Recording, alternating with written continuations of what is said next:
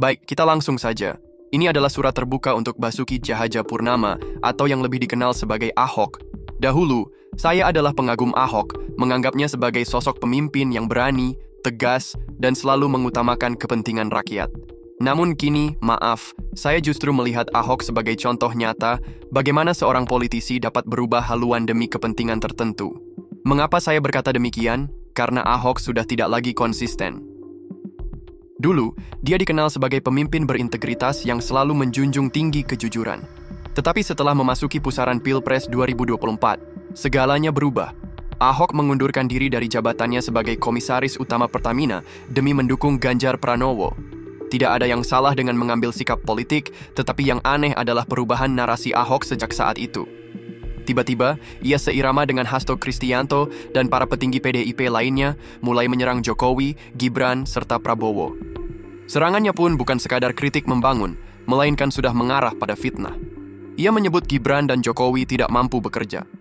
Hal ini membuat saya bertanya-tanya, apakah Ahok lupa akan sejarah? Mari kita lihat faktanya. Gibran telah sukses membangun Solo. Jokowi sendiri pernah menjabat sebagai wali kota Solo selama 2 periode, Gubernur DKI Jakarta, hingga akhirnya menjadi Presiden RI selama 2 periode.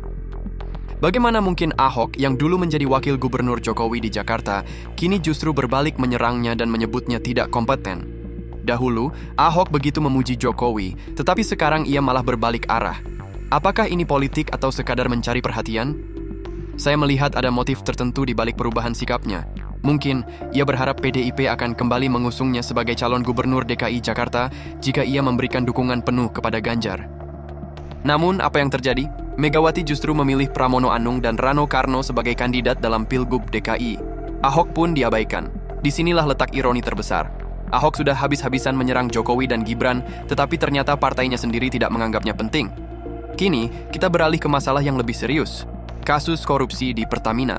Saat Ahok menjabat sebagai Komisaris Utama Pertamina, terjadi skandal korupsi besar. Ketika kasus ini mencuat, bagaimana reaksi Ahok?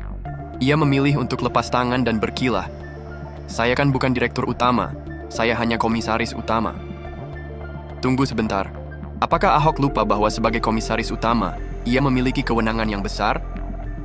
Sesuai pasal 106 Undang-Undang Perseroan Terbatas, Dewan Komisaris memiliki hak untuk memberhentikan sementara direksi, termasuk direktur utama, asalkan dengan alasan yang jelas. Itu berarti Ahok sebenarnya bisa mengambil tindakan, tetapi ia memilih untuk tidak melakukannya. Dan inilah kebohongan yang paling mencolok.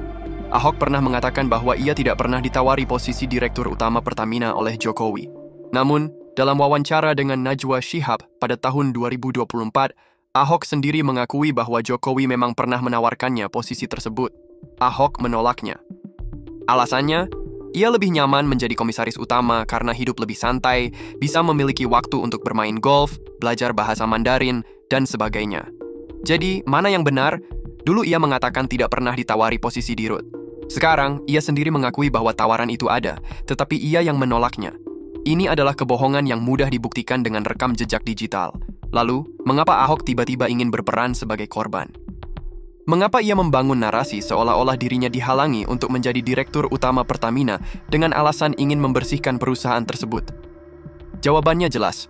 Ahok sedang berusaha membersihkan namanya dari skandal korupsi Pertamina. Jika memang serius ingin melakukan reformasi di Pertamina, mengapa ia malah mengundurkan diri untuk ikut terlibat dalam kampanye politik? Mengapa ia lebih memilih membantu memenangkan Ganjar daripada menyelesaikan permasalahan di BUMN yang seharusnya berada di bawah pengawasannya? Menurut saya, Ahok sebaiknya berhenti membangun narasi yang bertentangan dengan kenyataan. Jika memang gagal dalam menertibkan Pertamina, lebih baik mengakuinya. Akan jauh lebih terhormat jika Ahok meminta maaf kepada publik daripada terus-menerus mencari alasan yang saling bertentangan. Saya menulis ini bukan karena membenci Ahok. Saya hanya ingin mengingatkan bahwa di era digital ini, rekam jejak seseorang tidak bisa begitu saja dihapus. Kebohongan akan selalu terungkap. Setelah melihat bagaimana Ahok terus mengubah-ubah pernyataannya, mari kita telaah lebih dalam modus operandi yang ia gunakan. Karena ini bukan sekadar perubahan pandangan atau perbedaan sikap politik, tetapi sebuah strategi yang sudah diperhitungkan dengan matang. Saya ulangi, strategi yang penuh perhitungan. Ahok bukan orang bodoh. Ia sangat memahami bahwa politik di Indonesia itu keras dan setiap langkahnya pasti diawasi. Namun, mengapa ia tetap memilih jalur ini? karena ia berpikir bahwa dengan menyerang Jokowi dan Gibran, ia bisa mendapatkan simpati dari PDIP dan kelompok yang berseberangan dengan Jokowi. Tetapi kenyataannya bagaimana? Justru Ahok malah ditinggalkan. Mari kita lihat beberapa fakta yang tak bisa disangkal. Fakta pertama, Ahok seperti sudah jatuh tertimpa tangga. Ia sudah berpaling dari Jokowi dengan harapan mendapatkan perlakuan istimewa dari PDIP, tetapi malah diabaikan. Megawati dan para petinggi PDIP yang dulu mendukungnya kini tidak lagi memberinya posisi strategis. Ia tidak dipilih sebagai calon gubernur, tidak diberikan jabatan penting di partai, bahkan namanya hampir tenggelam dalam dinamika politik nasional. Lalu, jika PDIP sendiri sudah tidak menganggapnya, mengapa Ahok masih terus menyerang Jokowi dan Gibran? Jawabannya sederhana. Ahok sudah terlanjur melangkah. Ia telah mengambil posisi menyerang Jokowi, sehingga jika ia mundur, itu akan menjadi tamparan bagi dirinya sendiri. Oleh karena itu, ia terus melanjutkan serangannya, meskipun jelas tidak ada pihak yang benar-benar membelanya. Inilah yang disebut sebagai kesalahan strategi dalam politik. Fakta kedua, skandal di Pertamina.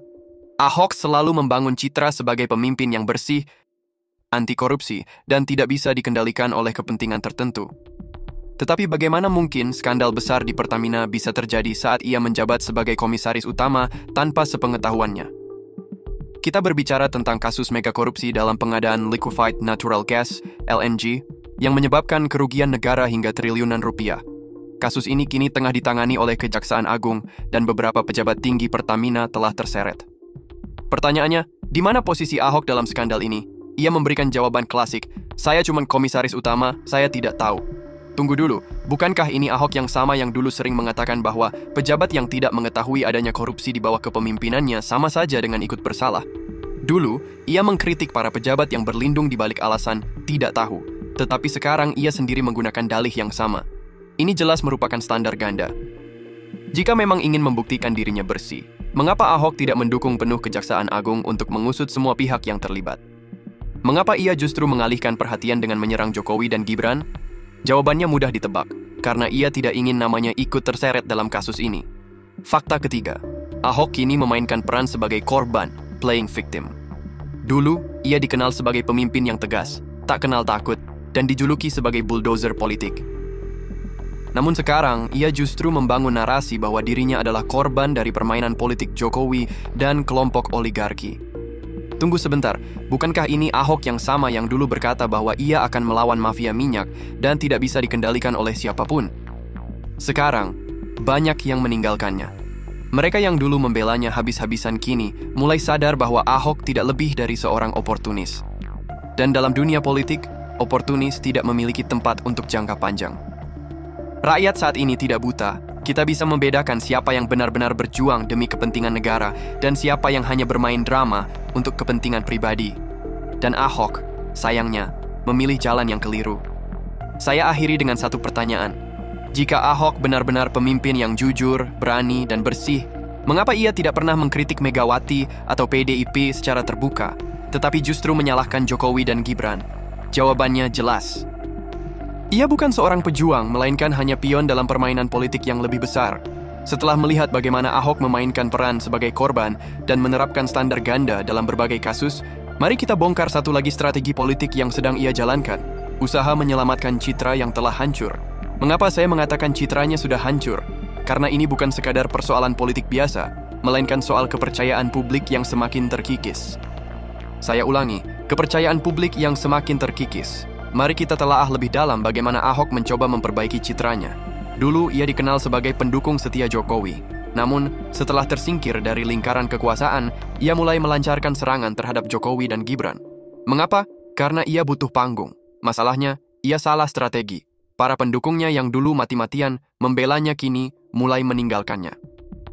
Mereka menyadari bahwa Ahok ternyata tidak berbeda dari politisi lain yang hanya berusaha mempertahankan eksistensinya. Kesan sebagai pemimpin yang bersih dan berani pun perlahan memudar. Bahkan kelompok yang berharap Ahok bisa menjadi tokoh oposisi juga tidak sepenuhnya percaya kepadanya. Bagi mereka, Ahok masih memiliki keterkaitan dengan Jokowi, sehingga dukungan terhadapnya pun setengah hati. Jadi di sini, Ahok kehilangan dua kubu sekaligus. Ia tidak diterima di barisan pendukung Jokowi, tetapi juga tidak dianggap sebagai tokoh utama oleh oposisi. Ahok bukan orang sembarangan dalam memanfaatkan media. Ia paham bagaimana membentuk opini publik. Namun kali ini, strateginya mulai goyah. Perhatikan baik-baik, dulu setiap pernyataannya selalu viral dan mendapat banyak dukungan. Sekarang, banyak yang meresponsnya dengan skeptis, bahkan sinis. Mengapa demikian? Karena publik kini lebih cerdas. Masyarakat mulai menyadari bahwa setiap langkah Ahok bukan lagi tentang membela kebenaran, melainkan tentang kepentingan pribadinya. Ketika ia menyerang Jokowi, apakah tujuannya benar-benar untuk kepentingan rakyat? Tidak, ini lebih kepada urusan pribadi dan politik. Saat ia diam soal PDIP atau Megawati, apakah karena takut? Kemungkinan besar iya. Ketika ia mengkritik pemerintahan Jokowi, apakah ia juga mengakui kelemahannya sendiri? Tidak. Yesonyo ingin membangun citra bahwa dirinya adalah pihak yang paling benar. Dan disinilah letak kelemahan terbesar Ahok. Ia ingin terlihat sebagai pejuang kebenaran, padahal ia sendiri bermain dalam strategi yang tak kalah kotor. Sekarang, mari kita pikirkan, setelah semua ini, kemana arah politik Ahok? Jika ia terus menyerang Jokowi dan Gibran, ia akan semakin ditinggalkan oleh pendukung lamanya. Jika ia mencoba merapat ke oposisi, ia tidak akan pernah benar-benar dipercaya. Jika ia memilih untuk diam, ia akan semakin terlupakan. Maka, satu-satunya opsi yang tersisa adalah terus bersuara, terus menciptakan kontroversi, dan terus mencari celah agar tetap relevan. Namun, pertanyaannya, apakah masih ada yang mau mendengarkan? Ini bukan lagi soal dukungan politik, ini tentang kepercayaan. Dan kepercayaan sekali hilang, sulit untuk dikembalikan. Saya tegaskan lagi, Ahok telah salah langkah. Ia terlalu percaya diri bahwa ia bisa mengendalikan narasi politik. Ia lupa bahwa publik sekarang lebih cerdas dan tidak mudah terpengaruh retorikanya. Ia mencoba bermain di dua sisi, tetapi pada akhirnya tidak diterima dimanapun. Dan dalam dunia politik, ketika seseorang kehilangan kepercayaan dan panggung, hanya ada satu jalan tersisa, menjadi figur yang terus mencari perhatian. Apakah Ahok akan memilih jalan itu? Kita lihat saja. Satu pola yang terus berulang dalam perjalanan politik Ahok adalah strategi berpura-pura lupa. Saya ulangi, berpura-pura lupa. Mengapa saya mengatakan demikian? Karena setiap kali ada hal yang tidak menguntungkan baginya, Ahok tiba-tiba bersikap seolah-olah semuanya baik-baik saja. Mari kita bahas satu persatu. Dulu Ahok bersikeras bahwa reklamasi di Jakarta sangat penting.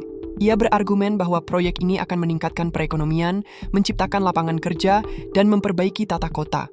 Namun, setelah proyek ini berjalan, berbagai permasalahan mulai terungkap, izin-izin bermasalah, dampak lingkungan yang diabaikan, serta dominasi kepentingan para taipan dibandingkan kepentingan rakyat kecil. Dan bagaimana respons Ahok? Diam. Tidak ada klarifikasi, tidak ada tanggung jawab moral, tidak ada rasa bersalah. Sebaliknya, ia justru sibuk mencari panggung baru. Berpura-pura lupa. Saat menjabat, Ahok selalu lantang berbicara soal transparansi. Ia mengklaim sebagai pemimpin bersih, anti suap, dan anti korupsi. Tapi mari kita ingat kembali, berapa banyak kasus dugaan korupsi di Jakarta saat ia berkuasa yang hingga kini masih menggantung tanpa kejelasan.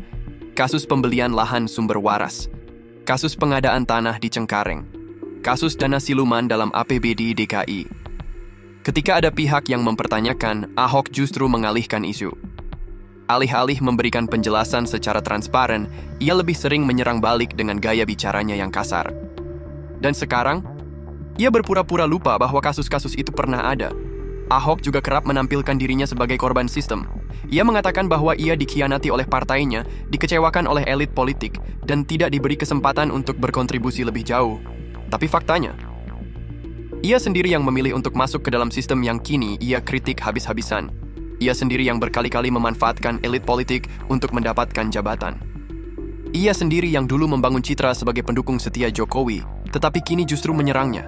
Jadi ketika keadaan berubah, ia enggan mengakui bahwa dirinya juga merupakan bagian dari masalah. Sekali lagi, berpura-pura lupa. Jika melihat pola ini, maka bisa diprediksi bahwa langkah Ahok berikutnya adalah mencari musuh baru. Karena tanpa musuh, Ahok akan kehilangan relevansi. Dulu, ia menyerang DPRD DKI dan berhasil membangun citra sebagai pahlawan. Kemudian ia mencoba menyerang Anies, tetapi strategi itu gagal total. Sekarang, ia mengarahkan serangannya ke Jokowi dan Gibran, berharap bisa kembali populer. Tapi masalahnya, taktik ini tidak akan berhasil lagi. Mengapa? Karena publik sudah memahami siapa Ahok sebenarnya. Saya tegaskan sekali lagi, Ahok bukan korban. Ia hanyalah seorang politisi yang kini kehilangan panggung. Ia tidak sedang berjuang untuk rakyat, melainkan hanya berusaha mempertahankan eksistensinya.